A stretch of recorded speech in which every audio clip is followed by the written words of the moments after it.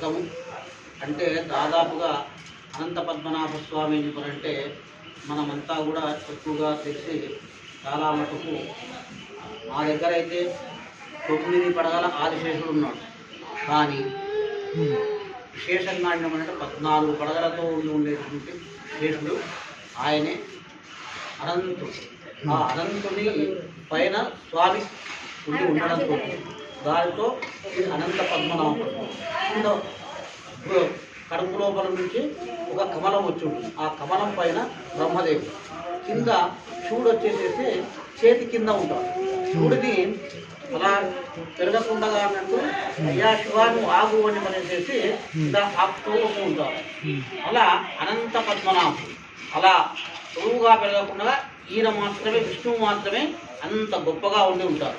ఈ యొక్క వ్రతము చేసుకోవడం వల్ల చాలామందికి కూడా కొందరికి కొన్ని సంవత్సరాల పాటుగా సంతానం కాకుండా ఉంటే కూడా ఉండవచ్చు.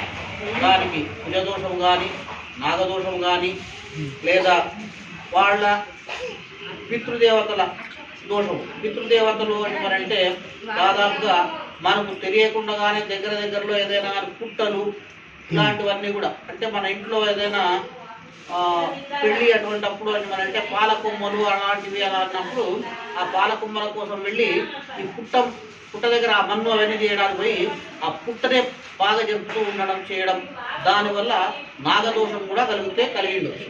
ఆ దోషాన్ని పోగొట్టుకోవడానికి, ఇటువంటి దోషాలన్నింటి కూడా పోగొట్టుకోవడానికి ఈ అనంత పద్మనాభ స్వామి వ్రతాన్ని చేసుకోవాలి. ఈ వ్రతము చాలా గొప్పగా ఉంటుంది. ఈ యొక్క వ్రతాన్ని ఖచ్చితంగా దాదాపుగా ఒక వారు అనుకున్న చోటికి కనీసం 3 సంవత్సరాలు కానీ 5 సంవత్సరాలు కానీ ఖచ్చితంగా చేసుకుంటూ ఉండాలి. భాద్రపద మాసం లోపల చతుర్దశి రోజున విశేషంగా ఉంటుంది కాబట్టి ఈ యొక్క అనంత పద్మనాభ స్వామి వ్రతాన్ని చేసుకున్నట్లయితే ప్రతి వారు కూడా చాలా సుఖ సంతోషాలతో ఉండగలుగుతారు. జై శ్రీమన్నారాయణ.